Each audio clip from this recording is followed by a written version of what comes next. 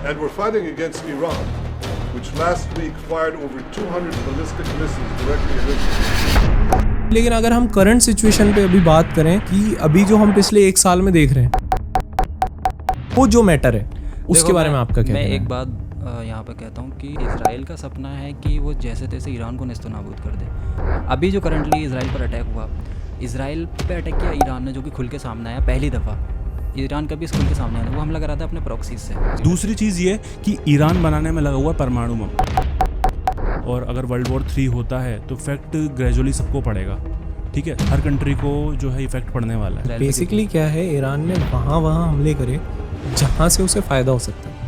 Airbase तबाह करने की कोशिश करी, उसने इलेक्ट्रिसिटी सप्लाई को काटने की कोशिश करी, साथ के साथ ईरान के पास जो टेक्नोलॉजी है, अदर जो अरब कंट्रीज़ हैं उनके पास जो टेक्नोलॉजी है। तो इस बारे में आपका क्या ओपिनियन है? बिल्कुल, टेक्नोलॉजी की और डिफेंस की बात की जाए तो इजराइल का जो मुकाबला है वो तो कहीं हो नहीं रहा, क्योंकि आयरन डोम उसने बनाया, यूएस ने उसको दिया है। उसको आयरन डोम को हमेशा से वो उसको यूज़ करता आया किसी भी कंट्री के हमले से बचने के लिए। हेलो एंड वेलकम गाइस, आप लोगों का स्वागत है द इंजीनियर्स टॉक शो में। थोड़ी सी वीडियो डिले हुई है, इसके लिए हम थोड़ी सी माफ़ी चाहेंगे। और आज का जो हमारा टॉपिक है जिसके बारे में हम डिस्कस करना चाह रहे हैं वो एक काफ़ी संगीन और एक काफ़ी जियोपॉलिटिकली काफ़ी बड़ा मुद्दा है, the continuous middle east war, कि उसका कोई एंड हमें दिखाई नहीं दे रहा है। और भी बहुत सारी चीज़ें जिन्हें हम पूरी वीडियो में कवर करेंगे। बट हम जिस पोर्शन पे आज बात करने वाले हैं वो पोर्शन है अपना जो इजरायली वॉर चल रहा है, जो इस वक्त इजराइल और फ़िलिस्तीन और ईरान और बहुत सारे देश जो वॉर फेस कर रहे हैं इस टाइम पे अगेंस्ट इजराइल, उसके बारे में। तो फर्स्टली तो हम इस बारे में डिस्कस करेंगे कि what is the main reason behind it. तो मैं जैद भाई को इस बारे में पूछना चाहूँगा कि जैद भाई आपका इस बारे में क्या ओपिनियन है रीज़न के बारे में? देखो, अगर द मेन रीज़न अगर अपन देखें तो जो मिडिल ईस्ट की जो कंट्रीज़ हैं उनमें मेन कॉन्फ्लिक्ट का रीज़न है, एक तो holiest place of the 3 major religions, जो पहला है क्रिश्चियनिटी, दूसरा इस्लाम, तीसरा है जुडाइज़म, ज्यूज़ जो है उनका तीसरा। अगर हम देखें तो इन तीनों का एक कॉमन प्लेस बनकर आता है यरूशलेम के अंदर। यरूशलेम पूरा एरिया जो है इनका कॉमन प्लेस, होलीएस्ट प्लेस बन के आता है, जिसके अंदर जो मेन मुद्दा है वो है मस्जिद अल अक्सा का। तो उसके ऊपर ये जो है मेनली कॉन्फ्लिक्ट होता है। अब इसके बेसिस पे कौन कौन सी कंट्री किसके साथ आ रही है, कौन किसके खिलाफ है, उसके बेसिस पे जो कंट्रीज़ लड़ती हैं आपस में, ये कॉन्फ्लिक्ट बढ़ता जाता है। जैसे कि जैद भाई ने बोला कि जो मेन मुद्दा है वो है कि जेरूसलम जो है वो 3 अलग अलग रिलीजन, जैसा कि क्रिश्चियनिटी है और ज्यूस है कम्युनिटी, यहूदी कम्युनिटी जो है, इसके अलावा इस्लाम, तीनों का एक होली प्लेस है ना। इसी के बारे में आप थोड़ा सा और डीप में जाकर देखोगे तो आपको पता लगेगा कि जो हज़रत हैं जिन्होंने सबसे पहले वहाँ पे 10 कॉर्ड्स दिए थे गॉड के, तो वो वहाँ पे उन्होंने इस्टेब्लिश किए थे जेरूसलम के अंदर सबसे पहले, जिसको यहूदी लोग बहुत ज़्यादा फॉलो करते थे। ऐसे ही करके धीरे धीरे आगे चलते हुए जो है वहाँ पे यहूदियों के जो है फर्स्ट टेंपल क्रिएट हुए, वहाँ के किंग्स ने सेकंड टेंपल क्रिएट किए वहाँ पे। और इसके अलावा अभी करंट टाइम पे ये चीज़ है कि वहाँ की जो लास्ट टेंपल था जिनको बहुत ज़्यादा पवित्र मानते थे, आज भी उनकी वो दीवार है वहाँ पे, उसको टेंपल ऑफ सोलोमन, जो सोलोमन किंग था उन्होंने उसका सेकंड टाइम उसको क्रिएट किया था। सो आज भी वो लोग पूछते हैं उसको। ऐसे ही जो मुस्लिम्स लोग हैं वहाँ पे उनकी मस्जिद अल अक्सा है, जो इस्लाम कम्युनिटी ने जिसको वहाँ पे अच्छा, बनाया ये शुरू था। कहाँ से हुआ, मैं एक छोटा सा ब्रीफ देता हूँ कि प्रॉफिट इब्राहिम ने जो है इजराइल जो इलाका है उन्होंने उनको ढूंढा था जी। और प्रॉफिट सोलोमन को, इजराइलियों का मानना है कि प्रॉफिट सोलोमन और उनके बेटे जो प्रॉफिट डेविड थे, इन लोगों को आपस में, इन दोनों को मानने वालों को कॉन्फ्लिक्ट हुआ था कि प्रॉफिट सोलोमन और उनके बेटे प्रॉफिट डेविड को मानने वालों के बीच में जो कॉन्फ्लिक्ट हुआ, उसके बाद जो है इजराइल 2 हिस्सों में बढ़ गया, द किंगडम ऑफ इजराइल और जो प्रॉफिट डेविड को मानने वाले थे इनके बारे में। तो इनके बीच में थोड़ा कॉन्फ्लिक्ट होने लगा। तो कुछ लोग जो इजराइल में बैठे थे वो वहीं रहे, कुछ लोग जो कॉन्फ्लिक्ट से परेशान थे वो इजराइल को छोड़कर अदर कंट्रीज़ में जाके बसने लगे, जैसे कि जर्मनी हो गया, हंगरी हो गया, अलग अलग यूरोप के देशों में लोग वहाँ से निकल के चले गए, क्योंकि वो लोग शांति पसंद चाहते थे। तो कुछ लोग इजराइल में बसे हुए थे, कुछ लोग निकल चुके थे। बट वर्ल्ड वॉर 1 के टाइम पे और अलग अलग जो इन लोगों पे जो अत्याचार हुए, जैसे कि हिटलर का आना, और अलग अलग वर्ल्ड वॉर 1 के टाइम पे भी इन लोगों की नाइंसाफ़ी हुई, उस टाइम पे इन लोगों का ही एक हिंसावादी सोच रखने वाला कोई लीडर था, उसका ये मानना था कि इजराइलियों का एक स्टेट होना चाहिए जो इनका खुद का हो, जिसमें इनके खुद के लॉज हों, ये लोगों का खुद का वहाँ पे रहना सहना सब कुछ इनका ही हो। तो इन लोगों का मानना ये था। तो इसने जैनिस्ट मूवमेंट स्टार्ट किया, I guess in year of 1857 या 1867 में इसने एक जाइनिस्ट मूवमेंट स्टार्ट किया। सारे यहूदियों को बोला कि जो भी हंगरी में या जर्मनी में बैठे थे कि आप लोगों को जाइनिस्ट मूवमेंट स्टार्ट करना चाहिए और जाकर इसराइल में वापस बसना चाहिए। तो इन लोगों ने क्या किया, उस टाइम पे था ओटोमन एम्पायर का टाइम था, तो ओटोमन एम्पायर के टाइम पे जो इसराइल का मैक्सिमम जो एरिया था, लैंड था, वो सारे मुस्लिम्स के अंडर में था। अरब जो थे, अरब के हिस्से में सारा जो इसराइल का लैंड था उनके हिस्से में था। तो इसका मानना ये था हम लोग को जाके अरबियों से ज़मीन खरीदनी चाहिए और जाके वापस अपने इसराइल में बस जाना चाहिए, क्योंकि उनका जो बेस लोकेशन थी वो वही थी। इन लोगों जाके अरबियों से लेना स्टार्ट किया, ख़रीदना स्टार्ट किया ज़मीन को, जो इनके हिस्से की थी, थोड़ा थोड़ा ख़रीदा। उसके बाद क्या हुआ ना, ब्रिटिश आता है, ब्रिटेन आता है बीच में, वर्ल्ड वॉर 1 के टाइम, ब्रिटेन आके प्रॉमिस करता है इसराइलियों से और अरबियों से, दोनों से, कि अगर आप ओटोमन एम्पायर को गिराने के लिए मेरा साथ देते हो, अरबी लोग अगर मुखालिफत कर दें यानी खिलाफ चले जाएं ब्रिटेन, बेसिकली अगर आप वर्ल्ड वॉर 1 में आप मुझे फंड करोगे तो मैं आपको जो है लास्ट मतलब एट द अलग स्टेट में आपको बनाकर दूंगा। हाँ, मैं आपको एक आपके जो एक कंट्री बनाने का वो सपना है वो उसमें आपकी हेल्प करूंगा। बिल्कुल। उसके बाद हिटलर आया, हिटलर ने भी जो चीज़ें करी, जैसे आपने बोला था अभी कि एक इनका यहूदियों का एक लीडर था जिसने इजराइल के क्रिएशन में इनका पूरा सपोर्ट किया, उसका और नाम था थियोडोर हल्स, हाँ, जो कि इसने जाइनिस्ट मूवमेंट स्टार्ट किया था। हाँ, हल्स। उससे पहले क्या हुआ था कि उसके आने से पहले, खैर ये तो बहुत बात की बात है, उसके आने पहले की बात है ये, हाँ, हिस्ट्री की बात है। हाँ, उससे पहले की भी ये चीज़ है कि इजराइलियों में उस टाइम पे कि हाँ हमारा देश होना चाहिए, देश होना चाहिए, उससे पहले भी ये लोग कई बार इकट्ठे हुए उसी जेरूसलम के अंदर, क्योंकि अलग अलग जगहों से बाहर जा रहे हैं।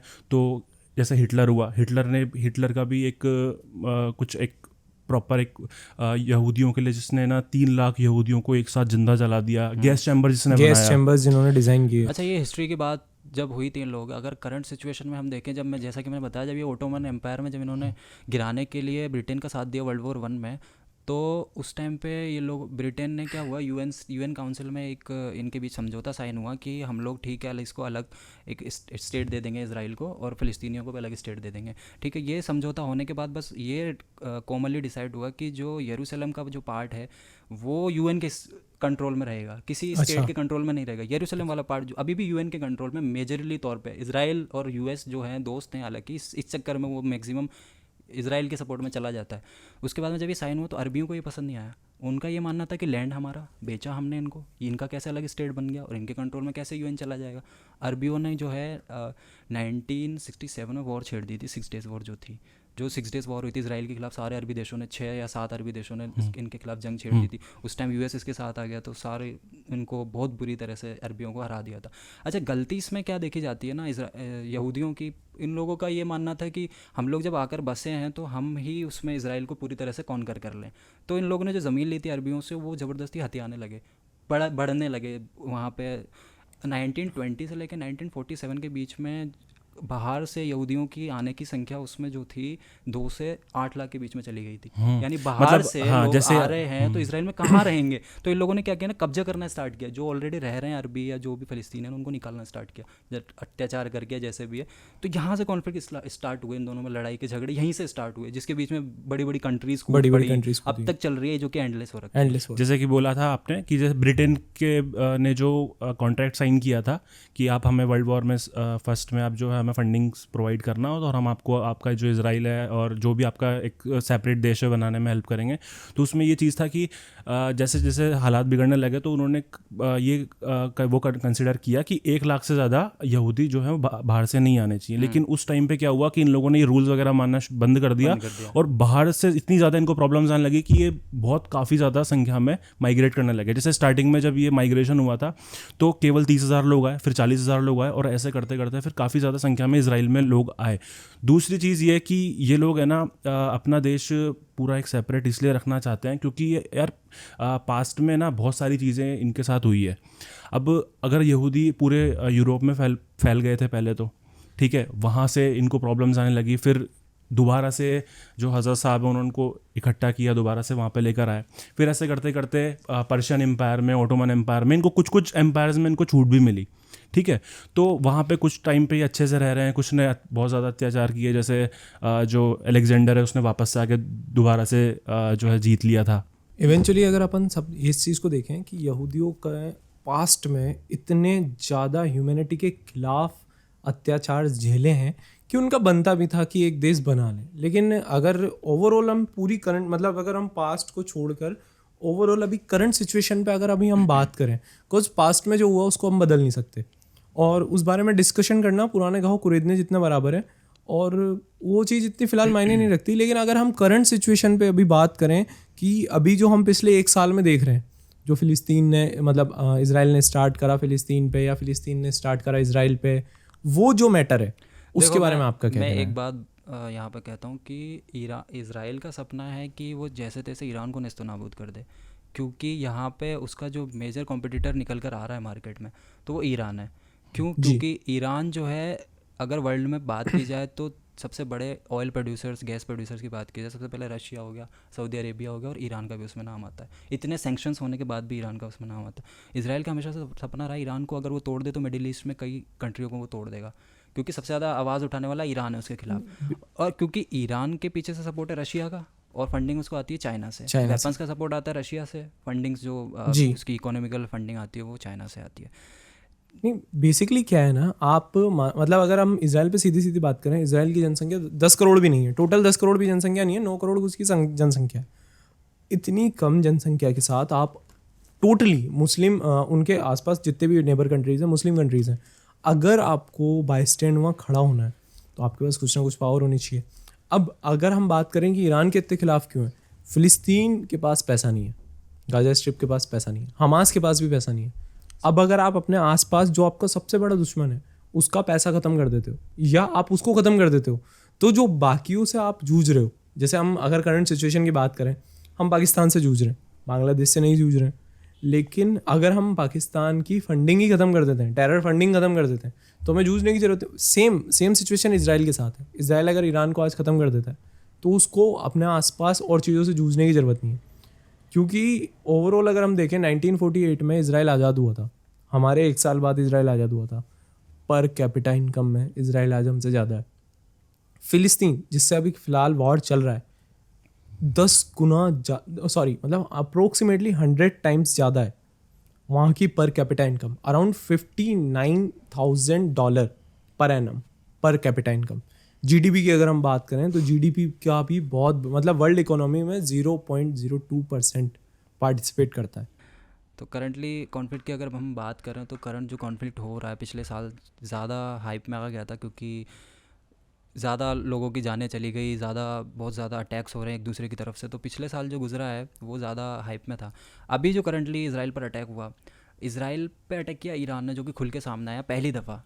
ईरान का भी खुल के सामने आया, वो हमला करा था अपने प्रॉक्सीज से। उसके प्रॉक्सीज हिजबुल्लाह में बैठे हैं, यमन में बैठे हैं, हमास जो कि गाज़ा में बैठा है, अंसारुल्लाह, हूती रेबल्स जो कि यमन में, हिजबुल्लाह जो कि लेबनान में, सारे प्रॉक्सी से हमला करवाता था ईरान। बट आज तक वो खुल के सामने नहीं आया, क्योंकि उसको ज़रूरत नहीं पड़ती। तो अपने प्रॉक्सीज के ज़रिए ही उसने सारे जगहों से ऐसा एंगल बनाए हुए हैं कि वो किसी भी कंट्री पे हमला कर सके।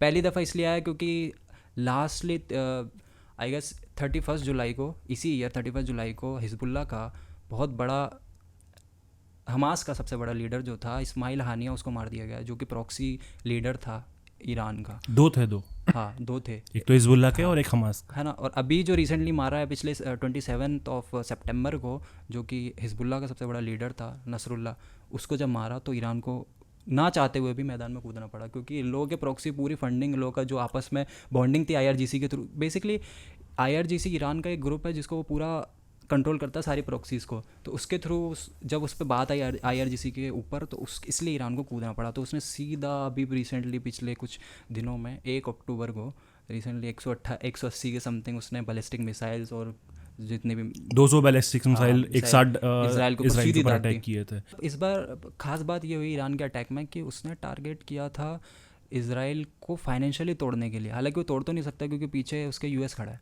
उसने ट्राई किया कि उसके जो ऑयल की जहाँ से वो प्रोड्यूस करता है, जो भी उसका बिजनेस है, वहाँ वो तोड़ा जाए। लाइट जहाँ से निकलती है उसकी, या एयरबेस जो है वहाँ उन पे हमला किया जाए ताकि वो फाइनेंशियली टूट जाए। लेकिन इसके कुछ फ़र्क नहीं पड़ने वाला इजराइल पे। बेसिकली क्या है, ईरान ने वहाँ हमले करे जहाँ से उसे फ़ायदा हो सकता है। एयरबेस तबाह करने की कोशिश करी कि वो हमला नहीं कर पाए, रिटेलिएट नहीं कर पाए। उसने इलेक्ट्रिसिटी सप्लाई को काटने की कोशिश करी, ताकि क्या, ये वो चीज़ें होती हैं जो हर वॉर में लगभग हर समझदार कंट्री करता ही करता है। अब इवन अगर हम बात करें इस जगह पे जाकर कि अभी करंट सिचुएशन में इजराइल वॉर में कि हमारा पार्ट क्या है, इंडिया का पार्ट क्या है। Because India one of the greatest economy बनने वाला है, मतलब हाईएस्ट ग्रोइंग इकोनॉमी बन रहे हैं हम लोग। हम इस वक्त वर्ल्ड मार्केट में हमारी वैल्यू है, वर्ल्ड में हमारी वैल्यू है। यूएन काउंसिल की अगर अभी हम बात करें तो बड़े बड़े देशों ने हमें यूएन सिक्योरिटी काउंसिल के एक परमानेंट मेंबर बनाने के लिए आगे बात रखी है, जिसमें जर्मनी भी शामिल है, जापान भी शामिल है, अमेरिका भी शामिल है, ब्राज़ील भी शामिल है। तो इन सारे देशों ने हमारे हक में बात बोली है। तो यहाँ कुछ ना कुछ दायित्व तो हमारे भी बनते ही हैं। तो इस बारे में आप लोग क्या कहना चाहेंगे? बिल्कुल बनते हैं। मेरे ख्याल से इंडिया के लोगों का जो दायित्व बनना चाहिए वो मेरे ख्याल से ये है कि ना तो हम स्ट्रेट फॉरवर्ड इसराइल को सपोर्ट कर सकते, ना ही हम स्ट्रेट फॉरवर्ड पैलेस्टाइन को सपोर्ट कर सकते हैं। हम लोगों को सपोर्ट करना है जो हमारा फ़ायदा कर रहा है। इंडिया के प्रेसिडेंट, प्राइम मिनिस्टर या जो भी बड़े बड़े जो हमारे लीडर्स हैं, सुप्रीम लीडर्स हैं, जो इंडिया के लीडर्स हैं, वो किसके पीछे हैं, वो क्या न्यूट्रल स्टेटमेंट्स दे रहे हैं, हम लोग को उसके पीछे रहना है। हम सीधा यहाँ से सपोर्ट नहीं कर सकते। रीज़न बिहाइंड इज़ कि अगर हम डायरेक्ट इसराइल को सपोर्ट करते हैं तो इसराइल को सपोर्ट करने का मतलब हो गया कि हम लोग डायरेक्ट कह रहे हैं इसराइल का हर एक रिपोर्ट में, हर एक कंट्री का इस पे एग्रीमेंट है, यूएस को छोड़ के, कि इसराइल ने ज़बरदस्ती इलीगली तौर पे पैलेस्टाइन में कब्जा किया है। हर रिपोर्ट ये कहती है, जो कि मैक्सिमम कंट्रीज ही मानती हैं। अगर हम इसराइल को सपोर्ट कर रहे हैं तो हम इस चीज़ को सही कह रहे हैं कि इसराइल, तूने जो कब्जा किया वो सही किया जी। फिर इसराइल को अगर हम सही कह रहे हैं तो पाकिस्तान ज़रूर से बोलेगा कि पाकिस्तान ने जो कश्मीर पे पीओके में कब्जा किया वो कैसे गलत हुआ। इसराइल को सपोर्ट करने वाले और पैलेस्टाइन को सपोर्ट करने वाले, अगर हम डायरेक्ट पैलेस्टाइन को सपोर्ट करते हैं तो हम ये बात जान लें कि ईरान से हम अपना व्यवहार ख़राब नहीं कर सकते, क्योंकि ईरान से हमें सस्ता तेल मिलता है, सस्ता रशिया और से हम रुपये में तेल मिलता है। हाँ, और रशिया से अगर हम तेल लेंगे तो रशिया से रूबल्स में, जो रशियन करेंसी है रूबल्स, उसमें हमें मिलेगा, और जो कि महंगा मिलेगा। और अगर हम इसराइल से डायरेक्ट सपोर्ट में जाएंगे, यानी कि हम ईरान के खिलाफ जा रहे हैं, और ईरान के खिलाफ हम जा नहीं सकते क्योंकि हमें वहाँ से सस्ता तेल मिलता है, गैस हमें सस्ती मिलती है। तो दोनों हम न्यूट्रल, कुल मिला के अपन इसराइल की साइड के खिलाफ भी अपन नहीं जा सकते, क्योंकि वहाँ से अपन को टेक्नोलॉजीज और वेपन्स मिलते हैं। दूसरी चीज़ कि यूएस भी इसराइल का एक बहुत बड़ा सपोर्टर है, तो कहीं ना कहीं अपन को यूएस के साथ भी अभी जो इंडियन गवर्नमेंट की जो पॉलिसी चल रही है, वो जो न्यूट्रल रहने वाली पॉलिसी चल रही है, वो सबसे बेस्ट पॉलिसी है, सबसे बेस्ट पॉलिसी। जैसे कि अभी रशिया वाले मामले पे भी, रशिया और यूक्रेन वाले मामले पे भी इंडिया ने न्यूट्रल रहकर एक तरीके से अपनी सारी चीज़ें जो है वो आगे करी थी। ठीक है, ऐसे ही ना अपन ने यूएस के खिलाफ गए, यूएस से भी अपन ने अभी जो अपने रिलेशन है वो काफ़ी अच्छे किए हुए हैं, और अपन ने रशिया से भी अच्छे किए हुए हैं। ऐसे ही अपन ने जो है इसराइल से भी अपने जो रिलेशन है वो काफ़ी अच्छे करे हुए हैं, ताकि जो इंडिया के जो फेवर की चीज़ है वो उसको मिलती रहे। ये एक जाल बना हुआ है। मैं बताता हूँ छोटी सी बात। अगर हमारा इंडिया का सबसे अच्छा दोस्त अगर हम कहें तो रशिया है, बिल्कुल। वेपन्स के तौर पे देख लें, किसी भी तौर पे देख लें, रशिया हमारा पास से अब तक बहुत अच्छा दोस्त रहा है रशिया। अगर हम इसराइल का सपोर्ट कर रहे हैं, यानी हम रशिया के खिलाफ जा रहे हैं, क्योंकि रशिया सीधा सीधा हेट करता है Israeli countries, anti American country है वो खुद, और वो यही चाहेगा कि सारी एंटी अमेरिकन कंपनीज जो है मेरे साथ आ जाएं। तो अगर हम इसराइल का विरोध कर रहे हैं या इसराइल का सपोर्ट कर रहे हैं तो हम रशिया के खिलाफ जा रहे हैं। अगर हम इसराइल का सपोर्ट कर रहे हो तो हम कई सारी चीज़ें ऐसी हैं जो हम खुद पे उंगली उठाने के लिए कह देते हैं। इसराइल भी हम पे सवाल कर सकता है कि पाकिस्तान जो पीओके कब्जा किया वो कैसे गलत है, अगर मैं पैलेस्टाइन पे कब्जा किया। रही बात चाइना की, चाइना भी ये कह देगा अगर इंडिया मेरे खिलाफ है तो रशिया तो मेरा दोस्त है। हाँ, चाइना और रशिया दोस्त हैं। अगर इंडिया रशिया आपस में नहीं मानेंगे तो चाइना भी नहीं मानना चाहिए फिर, क्योंकि आपस में बहुत बड़ा जाल है। हम लोग को समझना इस चीज़ के बेसिस पे पड़ेगा और इस चीज़ के बेसिस पे फैसला लेना पड़ेगा। एक्चुअली क्या है ना कि जियोपॉलिटिकल कोई चाय की टपरी का खेल नहीं है कि आप आए और आपने चार जनों के बीच में बात करी। जियोपॉलिटिकली अगर आप देखते हो ना तो कंट्रीज़ में बहुत बड़े, मतलब छोटी छोटी बातों के बहुत बड़े इश्यूज बनते हैं।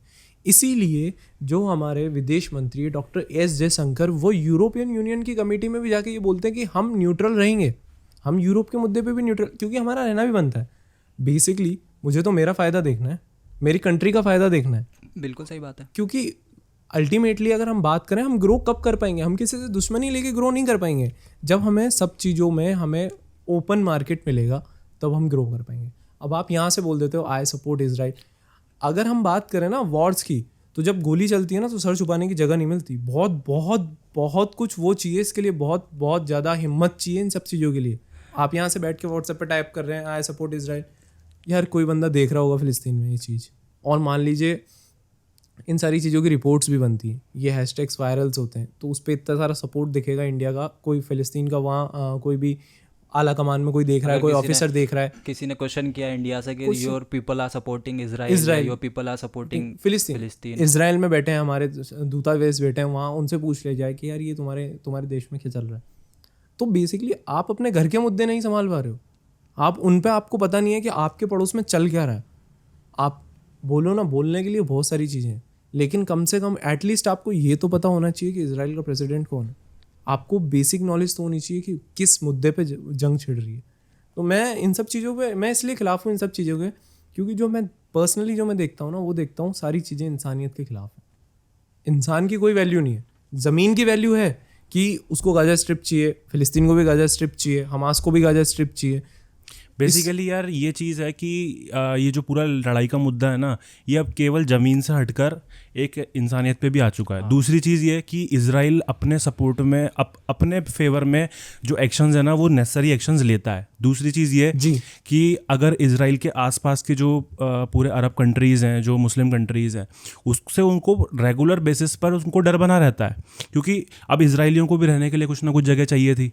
बेसिकली जहाँ से उनका पास निकल के आया, वहाँ पे उन्होंने अपना पूरा जो है देश, पूरा स्टेट जो है बना लिया। स्टेट कह लो या कंट्री कह लो, ठीक है। बेसिकली उनको ज़्यादा जो है लैंड मिला वहाँ पे, और पैलेस्टाइंस को कम मिला। बट प्रॉब्लम क्या है कि अब वो जो है वो घिर चुका है, ठीक है, मुस्लिम कंट्रीज से। अब प्रॉब्लम ये है कि अगर इजराइल अपनी खुद की रक्षा नहीं करेगा तो पहले की तरह यहूदी मारे जाएंगे, जैसे कि पहले भी मारे गए। अब वो ये है कि अभी का जो इजराइल है, अभी के जो यहूदी हैं, वो कैपेबल है अपनी खुद की सुरक्षा करने में, ठीक है। दूसरी चीज़ ये कि ईरान के ऊपर हमला क्यों किया। ईरान से एक टाइम पे इजराइल के बहुत अच्छे संबंध भी रहे। आप ये देखोगे कि इजराइल की जो मोसाद है, वो ईरान की जो विभाग है, उसको एक टाइम पे ट्रेनिंग दिया करती थी, ठीक है। तो ईरान और इजराइल के काफ़ी अच्छे संबंध भी रहे। लेकिन जब से ईरान के अंदर जो मुस्लिम लीडर है, जब से वो आया, उसके बाद से उन्होंने पूरा ये स्टार्ट किया। शिया लीडर जो होमानी ने टेक ओवर किया, उसके बाद संभालना शुरू किया, तो उसके बाद से इजराइल और ईरान के बीच में बहुत सारी दूरियां बढ़ी। Same thing goes for the Afghanistan, जो वहाँ के जिन्होंने कब्जा किया था अफगानिस्तान में, तालिबान। सेम चीज़ इसमें ईरान में भी हुई थी, ठीक है। दूसरी चीज़ ये कि ईरान बनाने में लगा हुआ परमाणु बम। अगर आप देखोगे तो इजराइल ने जो परमाणु, वहाँ का सबसे बड़ा वैज्ञानिक था, उसको मोसाद ने इस तरीके से मरवा दिया कि उसका पता भी नहीं चला कि उसको मारा किसने था। बहुत बड़ा सस्पेंस है। उस सस्पेंस का रीज़न ये है कि इजराइल के जो मोसाद इंटेलिजेंस था, उसने ऑटोमेटिक रिमोट से चलने वाली गन को बनाया, ठीक है, और वो जो साइंटिस्ट था उसको वहाँ पे मरवा दिया ईरान के अंदर। उसके बाद भी काफ़ी ज़्यादा रिसर्च हुई, किसी को पता नहीं चला कि ये मरा कैसे, ठीक है। उस टाइम पे भी यही चीज़ था कि वो परमाणु बम को बनाने से रोकना चाहते हैं ईरान को और अरब कंट्रीज़ को, क्योंकि अगर ईरान ने परमाणु बम बना लिया तो वो सबके पास जाएगा। अगर वो सबके पास गया तो इजराइल के ऊपर डायरेक्टली अटैक होगा, खतरा है उससे, ठीक है। दूसरी चीज़ रही बात यूएस की, तो यूएस क्या करता है, यूएस किसी के साइड नहीं है, वो पैसे के साइड है। अगर वो इजराइल को फंडिंग करके, इजराइल का सपोर्ट करके अगर वो पैसे कमा सकता है, उसको अपने वेपन्स सेल करके पैसे कमा सकता है, तो वो वैसा करता है जैसे वो भारत और पाकिस्तान के साथ करता है, ठीक है।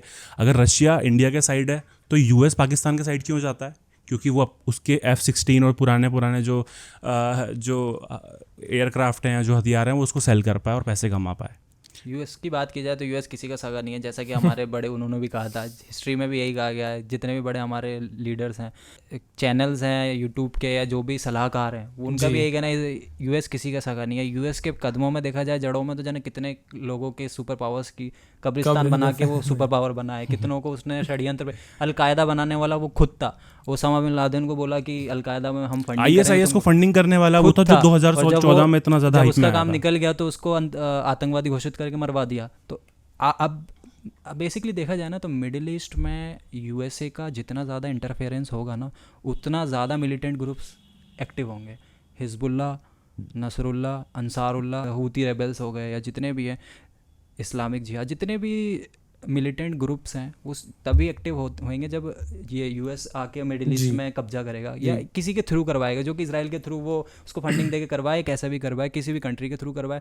तो इन लोगों का ये मानना है, बेसिकली मिलिटेंट ग्रुप जो भी हैं, इस्लामिक जिहाद, या इनका ये मानना है कि हम ऐसे नॉन बिलीवर कंट्री को हमारे ऊपर वो हावी नहीं होने देंगे, हमारे ऊपर कब्जा नहीं करने देंगे। सेम गोज फॉर कि अफगानिस्तान में भी यही हुआ था। अफगानिस्तान में भी इतनी बड़ी सोवियत यूनियन वहाँ पे 9 साल से ज़्यादा नहीं टिक पाई। कितनी शर्मनाक की बात थी। उनका ये कहना था कि हम लोग नहीं उन इंसान का हमारे ऊपर कब्जा नहीं देख सकते जो किसी खुदा को नहीं मानते। बेसिकली मिलिटेंट ग्रुप्स का यही मानना होता है। उसके बाद जैसे सोवियत यूनियन को लड़वाया, अफगानिस्तान के पास उस टाइम फंडिंग आ रही थी, यूएस दे रहा था। सेम मैं कह रहा हूँ ना कि यूएस तभी बीच में आता है जब उसका दुश्मन मैदान में हो, और उतारता किसका, मिलिटेंट ग्रुप्स को। उसके थ्रू या किसी कंट्री के थ्रू फंडिंग देके रशिया को वहाँ से निकलवा दिया। रशिया के निकलते खुद आ बैठा 2-3 साल बाद ही, 2001 में। उसके बाद 20 साल तक वहाँ टिका रहा अफगानिस्तान पर कब्जा करने के लिए, वो भी नहीं कर पाया, वो भी निकल गया। तो यूएस बेसिकली अपना मतलब देखने के लिए आता है। तो हम ये भी नहीं कह सकते यूएस हमारा बहुत अच्छा दोस्त। नहीं, मैं आपको एक बात बताता हूँ, जैसे कि आपने बोला इस्लामिक जिहाद, मैं आपको एक चीज़ बताता हूँ कि सब लोगों का ध्यान इजराइल की तरफ गया, सब लोगों का ध्यान इंडिया की तरफ चला जाता है, कश्मीर की तरफ चला जाता है, सब लोगों का ध्यान चला जाता है। चाइना की तरफ किसी का ध्यान नहीं जाता। चाइना में मुस्लिम्स की जो हालत है वो, मतलब मेरा ये मानना है, धर्म है, ठीक है, जिस इंसान की जो सोच है आप उसको नहीं, बंदा इंसान तो है। एक 7 साल की लड़की की क्या गलती है, एक 6 साल की लड़की की क्या गलती है? जो कर रहा है वो ठीक है, उसकी सजा उसको मिलेगी। कर्मा हैव नो मेन्यू, उसके पास कोई मेन्यू नहीं। चाइना खुद ही किसी रिलीजन को नहीं मानता, वो चाइना खुद ही रिलीजन को नहीं मानता। आप इस चीज़ को देखो कि चाइना में जो हालत है उसके बारे में कोई कुछ नहीं बोलेगा। यूएस में जो ब्लैक्स की हालत है, चाइना में नॉर्मल लोगों की बहुत बुरी हालत है। जो कोविड आया था, कोविड में कितनी बुरी हालत करी लोगों की। नहीं वो चीज़ तो है ही सही कि नॉन ह्यूमन है, मतलब वो आप कलर्ड लोगों की हालत यूएस में देखो। यूएस में जो कलर्ड लोगों की हालत है, कोई पुलिस को कॉल करने से पहले ना 100 बार सोचता है कि यार मेरे ही घर में चोरी हुई है और ये आके मुझे गोली मार देगा।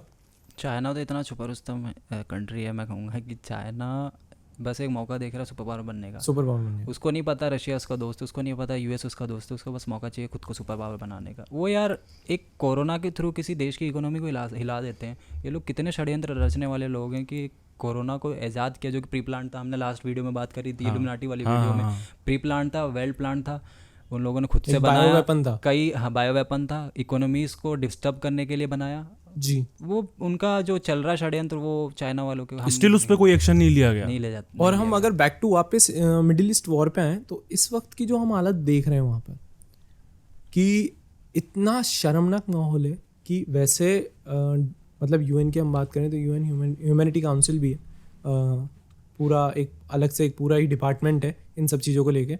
यूएन का जस्टिस डिपार्टमेंट है, इंटरनेशनल जस्टिस डिपार्टमेंट जो है, लेकिन कोई इस बारे में बात नहीं कर रहा कि वहाँ एक इंसान के जो बेसिक ह्यूमन राइट होने चाहिए उनका कितनी जोर से कत्ल किया जा रहा है, दोनों तरफ, एक तरफ नहीं। क्योंकि लड़ाई होगी तो दोनों तरफ से खून बहेगा, खून हमेशा दोनों तरफ का बहता है। और अगर बात करें तो एक बच्चे की क्या गलती हो सकती है, एक माँ की क्या गलती हो सकती है? किसी भी देश पे अगर मिसाइल गिरेगी तो वहाँ पे भी लोगों को नुकसान होगा, वहाँ बच्चे भी मरेंगे, क्योंकि मिसाइल ये देख के तो गिर नहीं रही कि मैं बच्चे पे गिर रही हूँ या किसी बड़े पे गिर रही हूँ। हम किसी के सपोर्ट में नहीं ठीक है। अगर इजराइल बच्चों को मारता है तो हम उसके खिलाफ हैं। पैलेस्टाइन या हमास किसी बच्चे को या किसी सिविलियंस को मारता है, हम उसके भी खिलाफ हैं। एक चीज़ और मैं बताना चाहता हूँ अभी कि लास्ट ट्यूसडे को इजराइल की मोसाद जो मैं बता रहा था, खुफिया एजेंसी जो है, इसने अभी कुछ टाइम पहले जो हमास और हिजबुल्लाह के जो आतंकवादी हैं, 3000 जो पेजर्स हैं, 3000 है ना, ये वाला आपको ने न्यूज़ देखा होगा, बिल्कुल देखा, शॉक कर दिया पेजर, बहुत खतरनाक। उसमें इतनी शानदार टेक्नोलॉजी उसमें यूज़ की गई कि अभी आपके पेजर पर मैसेज आएगा, वो बीप करेगा, आप उसको उठाकर देखोगे सामने, और उसके बाद वो आपके सामने ही फटेगा। ठीक है, तो ऑलमोस्ट 40 लोग तो ऑलरेडी मर चुके हैं। ठीक है, अब वो उसने क्यों किया? क्योंकि कहीं ना कहीं उसकी खुफिया एजेंसी इतनी आगे है इन चीज़ों में, क्या मतलब उसका एक अलग ही लेवल है कि उनकी रिसर्च पूरी होती है, प्रॉपर उनका पूरा वर्क होता है, और उसके बाद उनका प्लानिंग भी प्रॉपर होता है। करंट वॉर में अगर बात की जाए ना, तो इनकी जो टेक्नोलॉजीज़ हैं, इनकी प्लानिंग से यही सबसे ज़्यादा शॉक कर रही है। सबसे ज़्यादा शॉक कर रही है मुझे या किसी भी कंट्री को यही चीज़ शॉक कर देगी। तुमने बात करी ना पेजर अटैक की, तो इजराइल काफ़ी टाइम से हिजबुल्लाह को नोटिस कर रहा था कि हिजबुल्लाह आपस में कम्युनिकेशन कैसे कर रहे हैं, आपस में हिजबुल्लाह के जो लोग हैं आपस में कम्युनिकेट कैसे कर रहे हैं। उसको हिजबुल्लाह को निपटाना था लेबनान से, क्योंकि उसको ग्राउंड इन्वेजन करना था लेबनान में घुस के। हिजबुल्लाह को वो वहाँ से हटाएगा और लेबनान में घुस जाएगा, उसको अपनी ज़मीन बढ़ानी है। उसने क्या किया, उसने देखा कि ये लोग पहले मोबाइल के थ्रू कॉन्टैक्ट कर रहे थे। मोबाइल के थ्रू कॉन्टैक्ट करने पर उसने क्या किया कि जो सर्वर्स होते हैं मोबाइल के, जिस टावर से कनेक्ट होते हैं, उस टावर को हैक कर लिया। जो भी इनका कनेक्शन आ रहा था उसको हैक कर लिया, और आपस में एक दूसरे की जीपीएस, सारी जो भी इन्फॉर्मेशन है, डेटा आपस में शेयर हो रहा है, कॉल पे बात हो रही, सारा मोसाद के पास। मोसाद ने सारी चीज़ें एम फिक्स कर लिया ऑटोमेटेड मिसाइल्स के थ्रू कि फलाने हिजबुल्लाह के मेंबर को यहाँ मारना है, इसको यहाँ मारना है, सब कुछ प्री डिसाइडेड था। उसने मार भी दिया 3 हिजबुल्लाह के लीडर्स को, ठीक है, 2021 में 3 या 7 हिजबुल्लाह के लीडर्स को उसने मार दिया। उसके बाद हिजबुल्लाह को समझ आया कि हमारे मोबाइल ट्रैक कर सकता है इसराइल जी, जो मोसाद है उसका जो ग्रुप है वो सब कुछ ट्रैक कर सकता है। वो लोग शिफ्ट हो गए पेजर्स पे। और उसी टाइम उन्होंने प्लानिंग कर ली थी आगे पेजर्स की, सोलर पैनल्स की और एंड्रॉइड मोबाइल फोन्स की और इवन प्रिंटिंग मशीन जो प्रिंट मशीन आती है, जो फिंगर प्रिंट मशीन आती है, सब कुछ गायब कर दिया। जो भी टेक्नोलॉजी थी उनके, जो किसी भी तरह से उनकी लोकेशन दे सकती थी, उन्हें सब कुछ गायब। वो शिफ्ट हो गए, हिजबुल्लाह के सारे लोग जो थे वो पेजर्स पे शिफ्ट हो गए। उनकी एक ट्रस्टेड ताइवान में कंपनी थी गोल्ड अपोलो करके, गोल्ड अपोलो से वो पेजर्स लेना स्टार्ट किया था। गोल्ड अपोलो बहुत बड़ी कंपनी है, उससे डायरेक्ट जाके इसराइल ये नहीं कह सकता कि आपसे हिजबुल्लाह पेजर्स ले रहे हैं तो मुझे उनकी डिटेल्स दे दो, मैं जाके सीधा सीधा उसमें ट्रैकिंग चिप फिक्स कर दूंगा और जाके मैं सीधा सीधा उनकी वो ले लूँगा लोकेशन। आप ऐसा नहीं कर सकते। गोल्ड अपोलो जो है वो ट्रस्टेड वो कंपनी है। इसराइल ने इसके पेजर्स को अटैक अंजाम देने के लिए क्या किया, उसने एक फ़र्जी अपनी कंपनी स्टैब्लिश करी बुडापेस्ट में उसने 3 साल BSc कंसल्टेंटिंग करके कंपनी वहाँ पे स्टैब्लिश करी, जिसमें फ़र्जी लोगों को हायर किया, फ़र्जी लोगों की कंपनी बनाई, पेजर्स की कंपनी बना के सीधा कॉन्टैक्ट किया गोल्ड अपोलो से ताइवान में जो बैठी थी। क्योंकि सीधा जाके आप ताइवान में गोल्ड अपोलो से नहीं कह सकते मुझे आपके पेजर्स में कंट्रीब्यूशन करना है, चिप में दे दूंगा या फिर बैटरीज में प्रोवाइड कर दूंगा, आप नहीं कह सकते। वो गोल्ड अपोलो आपसे नहीं लेंगे, उनको बड़े बड़े क्लाइंट्स हैं। इसने कंसल्टेंटिंग बनाई अपनी, उसके बाद में जाके गोल्ड अपोलो से कॉन्टैक्ट किया। वहाँ जाने के बाद वो बड़ी ट्रस्ट बनाया उनके बीच में, 2-3 साल में जाके ट्रस्ट बनाया। गोल्ड अपोलो से सिर्फ इतना कहा कि पेजर आपका, सब कुछ आपका, ब्रांडिंग आपकी, सिर्फ मैन्युफैक्चरिंग हम करेंगे। मैन्युफैक्चरिंग बहुत बड़ी डील हुई थी। उसने फेक बिजनेसमैन्स को, बुडापेस्ट के बिजनेसमैन्स को वहाँ भेजा, फेक बनाकर, आइडेंटिटी उनकी बनाकर। ये लेजिट CNN की रिपोर्ट्स हैं, मैं अपनी ज़ुबान से नहीं कह रहा हूँ, ये लेजिट CNN की रिपोर्ट है जिसमें मोसाद का वर्क करने का तरीका ही बहुत अलग लेवल पे है। यही चीज़ मुझे शॉक करती है, लोगों ने कितनी बड़ी षड्यंत्र बनाया केवल एक पेजर को अटैक करने के लिए। एक पेजर को इन्होंने वो टारगेट किया, उसको हमें आना गए, मैन्युफैक्चरिंग ले ली, उन लोगों की ब्रांडिंग उनसे ले ली, मैन्युफैक्चरिंग खुद कर रहे हैं। उसमें 2 बैटरीज होती हैं पेजर में, एक बैटरी उन्होंने एक्सप्लोजन भर दिया, सारा डेटा आ गया, नाम आया गोल्ड अपोलो का। और जैसे ही इजराइल ने सारा हथियार लिया, सब कुछ कर लिया, पेजर्स बांट दिए, 3000 पेजर्स हिजबुल्लाह को बांट दिए। जैसे ही सारा सर्कुलेट हुए पेजर्स, उसके बाद में सारी डिटेल्स उसके पास है, उसने टारगेट कर लिया कब कैसे सारे पेजर्स को फोड़ना है। 3,000 पेजर्स एक साथ फूटना स्टार्ट हुए। किसी के घर में फूट रहा है, किसी के मार्केट में फूट रहा है, कोई हिजबुल्लाह के मेंबर के किसी अंदर असेंबली में फूट रहा है। ऐसे करके पेजर्स फटना स्टार्ट हुए हिजबुल्लाह लेबनान के अंदर, 3000 पेजर फटना स्टार्ट हो गए। तो वहाँ बाद में जब रिपोर्ट्स आई तो पता लगा कि जो BSc कंसल्टेंटिंग है उन्होंने आके बीच में इंटरफेयर किया था गोल्ड अपोलो से, तो इसलिए ये लोग पेजर अटैक को अंजाम दे पाए। कितनी एडवांस हो रखी है टेक्नोलॉजी। मतलब अगर आप ओवरऑल देखोगे ना तो मेरा एडवांस के लिए मेरा वो नहीं है, मेरा है कितना खतरनाक है। क्योंकि अगर एक इंसान का भी ईमान डगमगाया, किसी भी एक आला कमान में किसी भी एक इंसान का अगर ईमान डगमगाया तो ये किसी भी गलत इंसान के हाथ में जा सकती है। और अगर एक बार ब्लैक मार्केट में कोई चीज़ जाती है ना, उसको रोकने का कोई तरीका नहीं है। आप एथिकल हैकिंग होती थी पहले। अगर आप स्कैमर्स के पास देंगे, स्कैमर्स के पास अब इतनी ताकत है, वो केवल कॉल करके आपका OTP हैक कर सकते हैं। मतलब काफ़ी सारी चीज़ें ऐसी हैं जो वो इवेंचुअली कर रहे हैं। और हम बात कर रहे हैं मोसाद की, जो इंटरनेशनल लेवल पे है। अब अगर इन सारी चीज़ों के साथ साथ जो हम मेजरली खतरा हम देखते हैं, जैसे कि रशियन यूक्रेन वॉर में देखा था हमने, और अभी जो मिडिल ईस्ट वॉर में हम देख रहे हैं कि आप सीरिया की हालत देखो। कुछ बच्चे ऐसे हैं जिनकी 6-7 साल निकल गए, वो बच्चे स्कूल नहीं जा ही नहीं पाए। अब इसमें उस बच्चे की तो कोई गलती नहीं है, उसने अपनी ज़िंदगी के 7 साल गंवा दिए जंग देखने में। अब वो बच्चा अपनी पूरी ज़िंदगी क्या करेगा। अफ़गानिस्तान की हम बात करें, अफ़गानिस्तान में बच्चों ने 10-11 साल से बच्चों ने कॉलेज नहीं देखे। जो बच्चा एक टाइम पे स्टेट टॉपर बच्चा था, वो जब कॉलेज जाने वाला था और अचानक से जंग शुरू होगी, 10 साल तक वो कॉलेज ही नहीं गया। हर चीज़ इफेक्ट होती है उस बच्चे का पूरा करियर खत्म। कश्मीर में हमने यही देखा है और हम आज भी उस चीज़ को भुगत रहे हैं। वो पूरी पीढ़ियाँ ख़त्म हो जाती हैं। अब इन सब चीज़ों के अलावा हम बात करते हैं तो एक चीज़ और उभर के सामने आती है कि इससे क्या वर्ल्ड वॉर 3 स्टार्ट हो सकता है। बिल्कुल हो सकता है। कोच एक बहुत बड़ा तो नहीं होगा। अगर हम हाइपोथेटिकली देखें तो सारे चांसेस, कॉन्सिक्वेंसेस पूरे वर्ल्ड वॉर 3 के बनते हैं। इजराइल के साथ USA आता है, ईरान के साथ रशिया आ रहा है, चाइना आ रहा है जो कि एंटी अमेरिकन कंपनीज़ हैं, उधर से ब्रिटिश भी बीच में कूदने की पूरी कोशिश में रहता है। मुस्लिम कंट्रीज़ ईरान के साथ अब देने लगी हैं। पहले शिया सुन्नी की लड़ाई ही नहीं ख़त्म होती थी इनकी, अब अचानक से ईरान का साथ देने लग गए। तो कहीं ना कहीं वर्ल्ड वॉर 3 के इन लोगों के कॉन्सिक्वेंसेस पूरे बनने के चांसेस हैं। बट मेन चीज़ ये है ना कि अब क्या है, कंट्रीज़ वगैरह सारी चीज़ें ये सब लोग भी बहुत अवेयर हो गए हैं, क्योंकि इनको पता है कि अगर हम लोग गुटों में बटेंगे तो कहीं ना कहीं बहुत ज़्यादा चांसेस हो जाएंगे वर्ल्ड वॉर 3 होने के, जो कि बहुत ज़्यादा डिस्ट्रक्टिव चीज़ होगी। मतलब वर्ल्ड वॉर 1 में 2 में भी इतना डिस्ट्रक्शन नहीं हुआ जितना वर्ल्ड वॉर 3 में हो सकता है। तो और अगर इफ़ेक्ट की बात करें अपन, तो इफ़ेक्ट ग्रेजुअली सबको पड़ेगा, ठीक है, हर कंट्री को जो है इफ़ेक्ट पड़ने वाला है। और अगर वर्ल्ड वॉर 3 होता है तो फिर उससे कोई बचेगा भी नहीं, और सीधे सीधे हम लोग 50 साल 60 साल पीछे चले जाएंगे। अच्छा, इसीलिए मेरा ये कहना था कि जो इस वक्त इंडिया का स्टैंड है, वी आर न्यूट्रल, वो क्यों ज़रूरी है कि अगर हम किसी का सपोर्ट दिखाते हैं ना तो हम भी गुटबाजी का हिस्सा बनते हैं। और अगर वर्ल्ड वॉर स्टार्ट होता है ना तो आज तो आपके पापा आपका रिचार्ज करवा पा रहे हैं, जो लोग मतलब इंस्टाग्राम पर आ रहे हैं, फेसबुक पे आ रहे हैं, व्हाट्सएप पे आ रहे हैं, वो घर पे बैठे हैं, वो कुछ नहीं कर रहे हैं, उनके फादर या उनकी मदर या उनके सिस्टर या उनके ब्रदर उनका रिचार्ज करवा रहे हैं, और वो लोग वहाँ आकर बोल रहे हैं। मैं किसी को क्रिटिसाइज़ नहीं करना चाहता, मेरा बस ये कड़े शब्दों में कहने का बस इतना सा रीज़न है कि अगर वर्ल्ड वॉर स्टार्ट होता है ना तो आपकी ज़िंदगी पे तो ज़्यादा फर्क पड़ेगा नहीं, क्योंकि आप कुछ कर ही नहीं रहे। लेकिन जो लोग कर रहे हैं, जो लोग हसल में लगे हुए हैं, जो बच्चा अभी पढ़ने की कोशिश कर रहा है, जो कोई अपनी जॉब, जैसे मैं मेरी बात करता हूँ, मैं मेरी जॉब करने की मतलब मैं मेरे करियर में ग्रो करने की कोशिश कर रहा हूँ, जैद भाई अपने करियर में ग्रो करने की कोशिश कर रहे हैं, आप अपने करियर में ग्रो करने की कोशिश कर रहे हैं, उन लोगों के सपने रह जाते हैं। एग्जैक्टली। और इतना मतलब 50-60 साल पीछे जाना यार, मतलब आप सोच नहीं सकते कि आपकी ज़िंदगी कितनी बर्बाद हो जाएगी। आज जो चीज़ मतलब जियो ने नेट सस्ता कर दिया, हमें दिखता है, आज ये चीज़ दिखती है कि कभी हमने जैद भाई को तो याद है, हमने 98 रुपीज़ में 1 GB नेट डलवाया, और आज मतलब हमें 19 रुपये में के समथिंग में 1 GB नेट मिल जाता है। तो हमने ये जो ग्रोथ देखी है हमारी इकोनॉमी की, हमारे टेक्नोलॉजी की हमने जो ग्रोथ देखी है, वो ग्रोथ पूरी ख़त्म हो जाएगी इस चीज़ से। बिल्कुल हो जाएगी। इकोनॉमिकल एक छोटा सा एग्जांपल मैं देता हूँ। ईरान ने रिसेंटली हमला होने के बाद एक धमकी दी थी कि मैं पूरे यूरोप को और एशिया को तरसा दूंगा एक बूंद के लिए, पेट्रोल के लिए और गैस के लिए। क्यों कहा था उसने? क्योंकि बाबल मंदेब जो रेड सी से होता हुआ, बाबल मंदेब का जो बंदरगाह है उसका, वहाँ से सारे जहाज़ निकलते हैं जो कि यमन से होता हुआ निकलता है, और यमन में पूरा ईरान का कब्जा है। ईरान ने कहा था मैं बाबल मंदेब बंद कर दूंगा, और वहाँ से निकलने वाले यूएस का या किसी भी कंट्री का अगर कोई निकलता है वहाँ से शिप, तेल का या गैस का, सारा नेस्तो नाबूद कर दूंगा। इसका इकोनॉमिकल फ़र्क क्या हमें इंडिया पे नहीं पड़ेगा?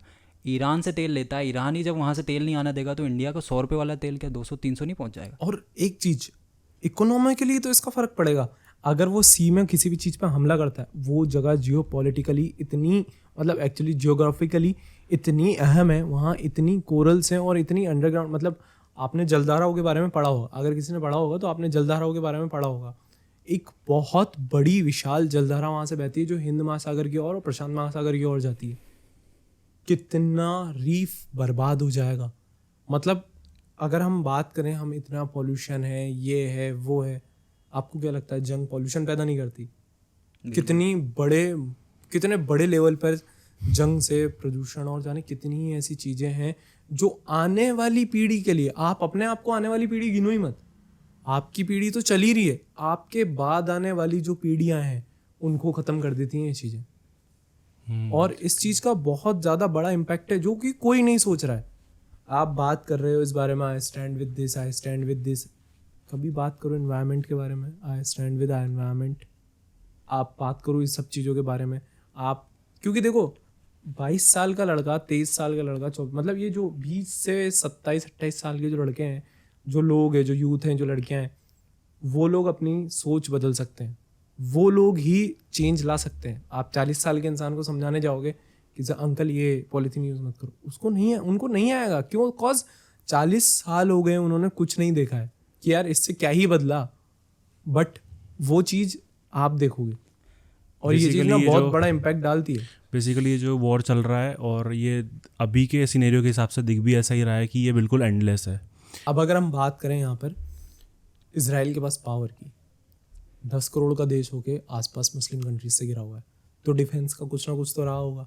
तो बेसिकली जो टेक्नोलॉजी इजराइल ने डेवलप करी, साथ के साथ ईरान के पास जो टेक्नोलॉजी है, अदर जो अरब कंट्रीज़ हैं उनके पास जो टेक्नोलॉजी है, उनके बारे में एक बार हम बात करते हैं।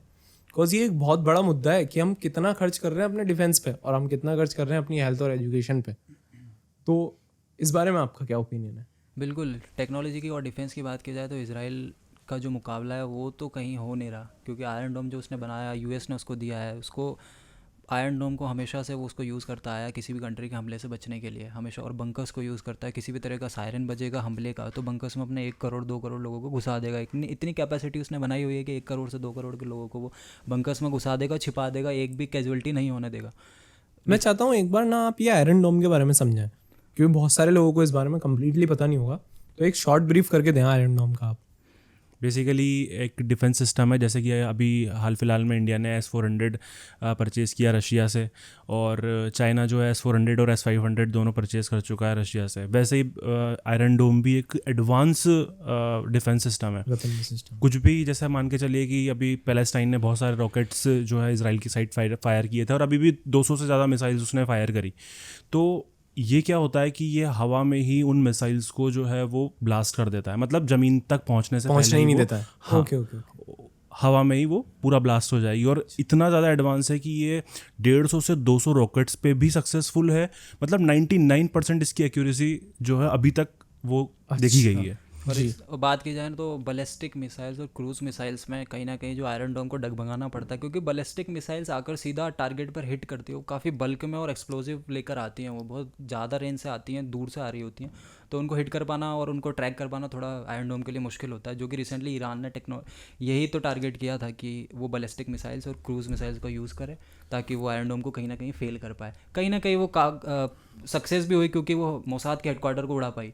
जी, ये बहुत बड़ी बात है। मोसाद के हेडक्वार्टर को उड़ा पाना किसी बैलिस्टिक मिसाइल के थ्रू एक बहुत बड़ी बात थी, और आयरन डोम का फेलियर था कहीं ना कहीं हम ये कह सकते हैं, क्योंकि प्री प्लान और कहीं ना कहीं ईरान ने बहुत अच्छी वेल प्लानिंग से करने के बाद ये सब किया था, और बाकायदा उसने मिसाइल पे लिखकर भेजा था कि ये हमारे लोगों का कत्ल करने के लिए या आए तो वो जो हमास के लीडर को मारने के लिए, वो सब था, उनको जो कॉन्फ्लिक्ट चलते रहते हैं।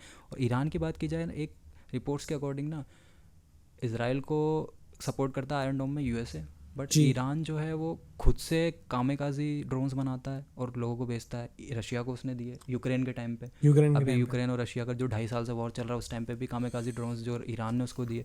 उसका भी डिफेंस सिस्टम कई हद तक बहुत काफ़ी ठीक है, मतलब हर कंट्री के पास कहीं ना कहीं अपना एक डिफेंस सिस्टम इतना तो है कि वो अपने आप को बचा रहे हैं।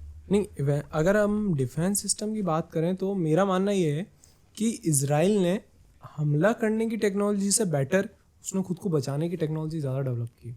इवेंचुअली अगर आप मोटे मोटे तौर पे देखेंगे तो उसका डिफेंसिव सिस्टम ज़्यादा एक्यूरेट है इन कंपैरेटिवली उसके अटैकिंग सिस्टम के। वहीं हम बात करें अगर ईरान की, Iran has a lot of money, Iran के पास बहुत सारा पैसा है। उसको उस पर सैंक्शंस लगा दिए गए थे कि वो खुद का परमाणु बम नहीं बना सकता। स्टिल यूएसए ने अपने स्पाई के थ्रू, अपने लोगों के थ्रू पता लगवाया कि ईरान कहीं ना कहीं परमाणु बम बना रहा है सीक्रेटली। 50% कंप्लीट हो गया, ईरान फिर से रिपोर्ट भेजी इसराइल को।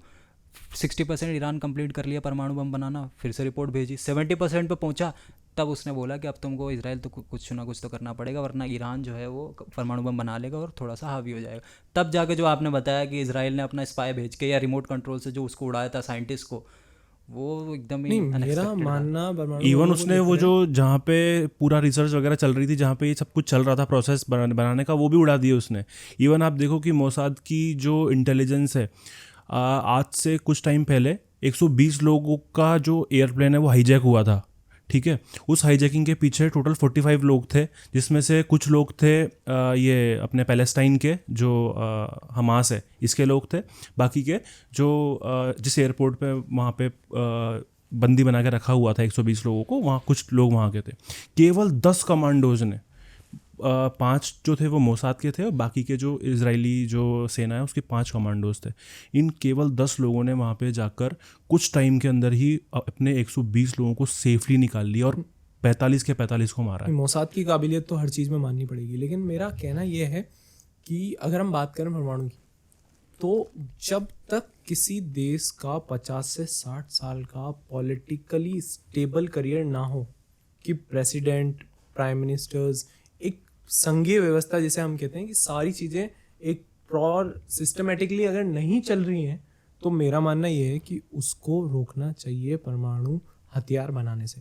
क्योंकि हम देख रहे हैं आज पाकिस्तान के पास परमाणु हथियार है, पाकिस्तान कंगाली की उस पे कगार पे।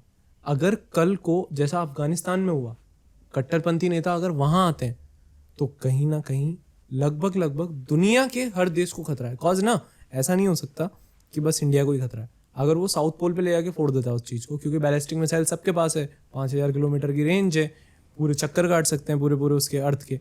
तो अगर साउथ पोल पे ले जाके फोड़ देता है, आयरन स्पेयर में ले जाके फोड़ देता है अर्थ के, अभी रिसेंटली पूरी दुनिया को खत्म कर देगा। रशिया ने यूक्रेन पे गिराया ना, बहुत माइनर सा परमाणु बम गिरा दिया। एक वार्निंग दी थी कि मैं परमाणु बम कभी भी गिरा दूंगा, हालांकि मेजर उससे नुकसान नहीं हुआ, लेकिन माइनर सा परमाणु बम गिराया। बट परमाणु बम गिराना ही खुद में एक बहुत बड़ी बात होती है। मतलब आप सोच के देखो कि उसके पास कितनी ताकत है कि उसने परमाणु बम गिरा कर दिखा दिया कि देख मैं कर सकता हूँ।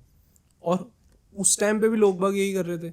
स्टिल अभी भी कुछ किसी ने नहीं किया। नहीं, स्टिल वो किया नहीं। और उस टाइम पे भी इंडियंस का मैं बताऊँ उस टाइम पे भी क्या था, आई stand with Russia, I stand with Ukraine, I stand with this. आपको रिक्वायरमेंट नहीं है ये चीज़ करने की, आपको इस बात को बहुत समझना पड़ेगा, क्योंकि कहीं ना कहीं ये बहुत संगीन मामला है।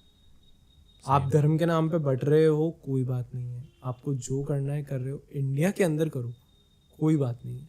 पर आप जब जियोपॉलिटिकली किसी चीज़ को ले जा रहे हो ना, तो बहुत बड़ा इशू है वो, और आपको ये बात समझनी पड़ेगी। अब जैसे इंडिया की बात करो, इंडियंस में से अभी तक भी आला कमान में से किसी ने भी कोई बयान नहीं दिया, अभी तक नहीं दिया।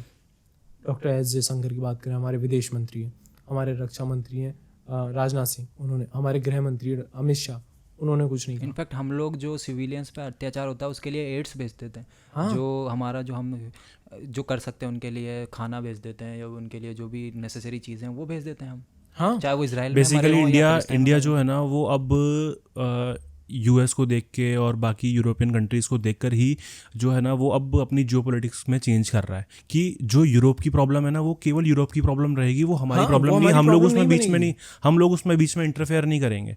ठीक है, जब इंडिया को पाकिस्तान के साथ कोई कॉन्फ्लिक्ट होता है, जैसे पाकिस्तान के साथ वॉर्स ले लो, या फिर उसके जो टेररिस्ट हैं वो अभी अटैक करते रहते हैं, तो जैसे यूएस चुप रहता है, जैसे यूरोप चुप रहता है, तो वैसे ही अब इंडिया ने अप्लाई किया हुआ है कि हम लोग भी किसी के कॉन्फ्लिक्ट में बीच में नहीं पड़ेंगे, ना हम लोग इनका विरोध करने वाले हैं ना उनका विरोध करने वाले नहीं। और अगर आपको कुछ करना है ना, रेड क्रॉस का हिस्सा बनो ना। रेड क्रॉस सोसाइटी है जो कि वॉर्स में ही सबसे ज़्यादा एक्टिव होती है, लोगों को खाना पहुंचाना, मेडिकल हेल्थ पहुंचाना, इन सारी चीज़ों में फोकस करती है। तो आप रेड क्रॉस का हिस्सा बनो, उसको फंड करो।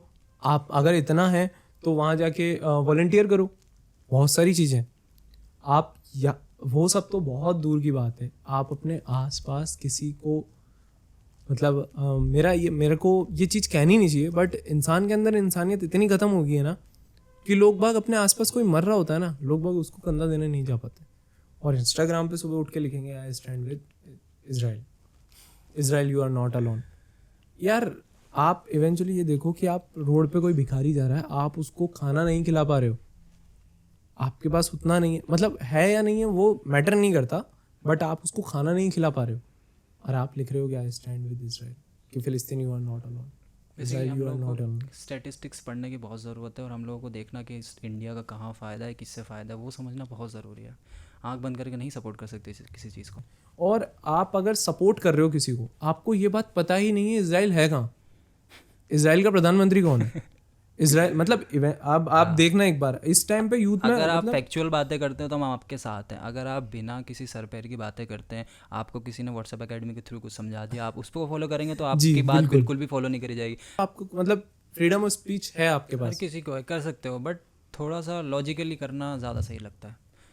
कॉज यार आप ना एक लीगल आपकी एक स्टोरी इंडिया की रेपुटेशन भी बता रही है। आप यूथ हो इंडिया का, आप जो पोस्ट कर रहे हो या आप जो जिस तरह से लोगों तक अपना मैसेज पहुंचाना चाह रहे हो, उसमें आपका जो माइंडसेट है वो इंडिया की रिप्रेजेंटेशन दिखाता है कि इंडिया की जो यूथ है वो किस तरीके से सपोर्ट कर रही है, किस चीज़ को सपोर्ट कर रही है। तो आपको उस नज़रिए से सोचना है, ना कि इस नज़रिए से कि फ़लाना वो जो रिलीजन है उस पर नुकसान हो रहा है तो मैं बोलूँ, वो सब नहीं, वो बहुत छोटी सोच की चीज़ें हैं। एग्जैक्टली वही चीज़ है कि ये चीज़ अपने लेवल पे, ग्राउंड लेवल पे अपन को लगता है कि यहाँ अपन बहुत अच्छा कर रहे हैं, लेकिन कहीं ना कहीं जियोपॉलिटिकली उसका कोई सेंस नहीं है। ठीक है, उसकी कोई वैल्यू भी नहीं है। अगर यहाँ पे कोई बोल रहा है कि हाँ मैं इसके साथ हूँ, मैं उसके साथ हूँ, तो एक बड़े लेवल पे उसका कोई वैल्यू भी नहीं है कि आपका क्या पर्सनल ओपिनियन है, और आप अपना पर्सनल ओपिनियन है वो ठीक है, आप वो रख सकते हो। ठीक है, और आज के टाइम पे देखो यार, जो सोर्स ऑफ नॉलेज है वो सबके पास है। ठीक है, सोशल मीडिया इतनी एक्टिव है, वहाँ पे आप जो चीज़ देखना चाहोगे वो मिल जाएगा। आपको पता लग जाएगा कि पर्टिकुलर किस चीज़ के पीछे क्या रीज़न रहे, क्या रीज़न है। ठीक है। तो वो आप खुद अपना बेसिक नॉलेज जो है वो वहाँ से लेकर और अपने ओपिनियन बना सकते हो, अपनी चीज़ें रख सकते हो, लेकिन हाँ आप एक लेवल तक ही उसको रखो, आप अपने तक रखो उसको, वो ठीक है। अगर आप उसको एक बड़े लेवल पे लेकर जाते हो या आप उसको ऐसे जैसे आई स्टैंड विद ईरान है या आई स्टैंड विद इजराइल है, तो उसका कोई बेसिक इम्पैक्ट नहीं आने वाला। अपना मेन मुद्दा ये है कि यार ये जो लड़ाई चल रही है कि इसका कोई सॉल्यूशन है या नहीं है, सॉल्यूशन है कि नहीं है। दूसरी चीज़ कि अगर जैसे मान के सॉल्यूशन अगर है तो फिर वो क्या है, क्योंकि इजराइल अपने आप को जो है ज़्यादा से ज़्यादा बचाने की कोशिश करता है और बचाने के चक्कर में वो अटैकिव जो है वो मोड में है, ठीक है। कि अगर उसको किसी चीज़ को नुकसान पहुंचाना पड़ेगा, अगर उसमें कुछ बच्चे मर भी रहे हैं, ठीक है, कुछ लोग जो बेकसूर है वो मर भी रहे हैं, तो भी उसको कोई प्रॉब्लम नहीं है, मतलब वो चीज़ हो रही है। नहीं, बेसिकली मेरा बस यही कहना है कि अब अगर हम इस चीज़ को end of the day discuss and इसका एंड करना चाहेंगे ना, तो मेरा ये कहना है आप इस बात को सोचो कि ये जंग कैसे ख़त्म की जा सकती है, शांति से। कॉज आज के टाइम पे अगर आप बंदूक के दम पे किसी चीज़ को जीतना है, किसी चीज़ पे कब्जा करना चाहोगे ना, तो सामने वाले के पास भी बराबर गोलियां हैं। एग्जैक्टली। और अगर आप यहाँ से बैठ के कुछ लिख रहे हो ना, तो आपको एक बार ये चीज़ सोचनी चाहिए कि आपकी अगर वास्तव में गोलियां जिस दिन चलती हैं ना, तो मतलब आप कितने ही मतलब एक्स रिटायर्ड कर्नल्स हैं, मैं नहीं हूँ, लेकिन कितने ही कर्नल्स हैं, कितने ही लोग हैं, आप उनसे सुनना कि जब गोलियां चलती हैं ना, even that they attended war, उनने वॉर्स का पार्ट हुए, स्टिल सेकेंड टाइम जब गोलियां चलती हैं ना, तो उनको भी डर लगता है। तो आप जब बोल रहे हो ना, तो आपके पास नहीं है वो चीज़ बोलने की अथॉरिटी, प्लस आप सॉल्यूशन सोच सकते हो, आप हेल्प के लिए सोच सकते हो कि वहाँ बच्चे मर रहे हैं, मैं क्या कर सकता हूँ, रेड क्रॉस को हेल्प पहुँचा सकता हूँ ना मैं, रेड क्रॉस सोसाइटी है और यूएन की बहुत सारी सोसाइटी हैं उनको। तो इस पे एंड यहाँ पे किया जा सकता है कि आप सोचो कैसे ह्यूमैनिटी को बेटर बनाया जा सकता है। वहाँ नहीं कर सकते ना, अपने आसपास कर सकते हो, अपने आसपास तो आप कर ही सकते हो ना, कितना पार्ट बन रहे हो आप, उस बारे में सोचिए। कॉज अगर आज आप नहीं सोचेंगे, आपकी आने वाली पीढ़ी बहुत ज़्यादा नुकसान में रहेगी, इवन आप लोग भी, हम लोग भी। कॉज आज हमारी एज 20, 22, 23, 24 है, अभी बहुत लंबी लाइफ की जर्नी देखनी है और ना जाने क्या क्या देखना है। तो मैं नहीं चाहूँगा कि मैं मेरे जीते जी या मेरी आने वाली पीढ़ी अपनी जीते जी वर्ल्ड वॉर 3 देखें। तो इस चीज़ को हम यहीं पे एंड करते हैं, क्योंकि एक एंडलेस कन्वर्सेशन है, एंडलेस कन्वर्सेशन है ये भी, जैसे एंडलेस वॉर है वैसे एंडलेस इसलिए कन्वर्सेशन हम है। लोग ये वीडियो यहीं, बातचीत जो है हमारी यहीं रोकना चाहेंगे। तो हम लोग चाहेंगे आप लोग कमेंट करें, अपने ओपिनियंस बताएं, पर एक लिमिट में, एक लॉजिक के बताएं साथ कि अपने कैसे लगी वीडियो, और इस वीडियो के बारे में हमें ज़रूर रिव्यूज़ दें कि वीडियो कैसी लगी। तो हम लोग आपसे यहीं पे इजाज़त लेंगे। Thank you so much. Thank you so much Thanks for guys, watching. Thanks for watching.